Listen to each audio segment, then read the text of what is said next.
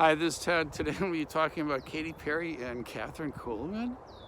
Well, in 2011, I just find this out. I don't know, maybe some of you knew this already, but Katy Perry, you know, the big musician, star and everything.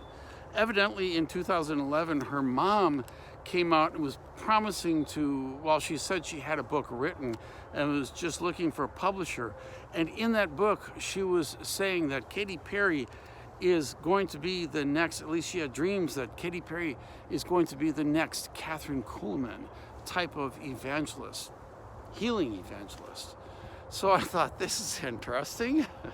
And I dug into this, not expecting to do a video on this, but it just got interesting. Her parents are far more interesting than I really ever realized. Her dad hung out with Timothy Leary, you know, that LSD guy back in the 60s, the one who lost his job because he was so steeped in promoting LSD, and he was kind of a guru among the hippies that they all looked up to and thought, oh, this guy is the ultimate. And so her dad hung out with him. Her mom hung out with Jimi Hendrix and actually dated him for quite a while. Interesting past that her parents have. They both become a Christian, born-again Christian. They have 3 children, one of which is Katy.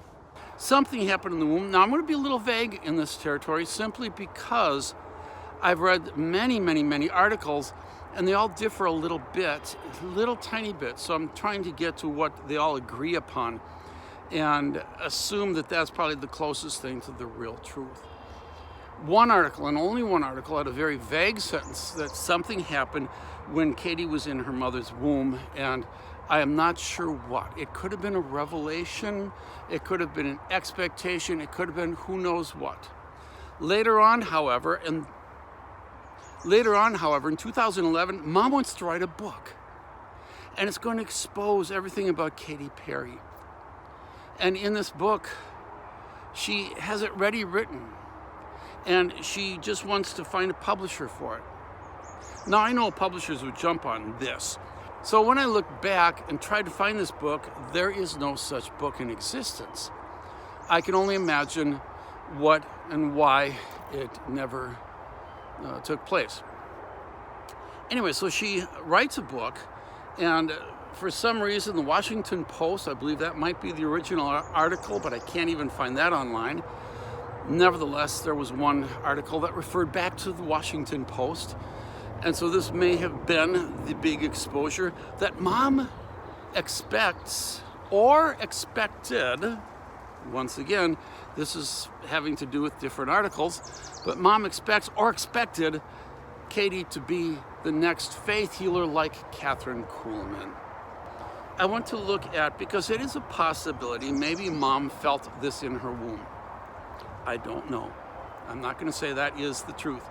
I'm just going to piggyback off this episode and say whether we have expectations for our kids or whether we believe with all our hearts God has given us something that says my kid is going to be such and such or so and so.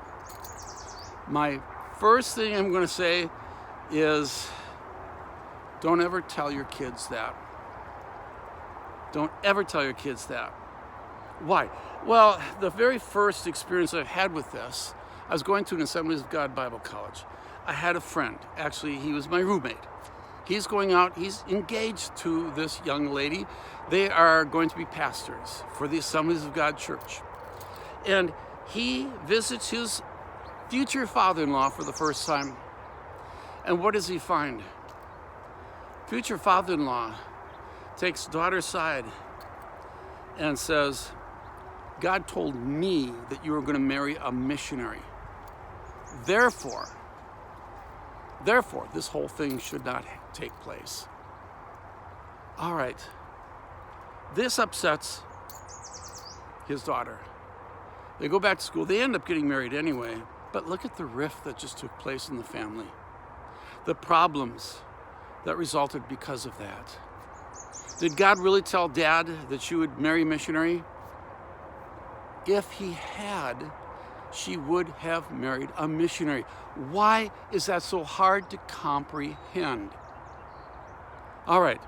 I understand sometimes, especially with your own children, you get these feelings that they're going to be special. I had it with my second daughter when she was being born. I believed. No, I didn't believe. I need to restate this. I had a strong feeling that might be from God. By then I had learned a lot about what really is from God and what isn't. And I learned that a lot of my feelings are just that. They're just my feelings. They're my hopes. They're my dreams. They're who knows what. Something inside just says it's going to happen. And what was saying that inside of me was that my daughter was going to go back someday to Africa, to the Congo. I never told her that for one reason, and that is because, well, for several reasons. Number one, if that was really from God, I knew she'd be going to the Congo someday, and I wouldn't have to prod her. And if I have to prod her, that's not from God. There's another reason why I didn't tell her. Because by that time I had learned, I went through the movement, the Charismatic movement, where you're prophesying and where you're feeling like God is telling me this. I want to share this that God is showing me. There's so much trash coming out. I learned that a lot of times when I predicted something, I didn't do it a lot, but occasionally, because I learned quickly, when I predicted something and it didn't happen, all right, even though I had the feeling it wasn't from God. So just having that strong sense does not mean that you're getting a revelation from God. It just means something inside you is giving you warm feelings, and I mean really good. This has got to be, you're just convinced. And what I'm saying, even those things you need to test. One of the best ways to test is, if it's really from God, it's gonna happen.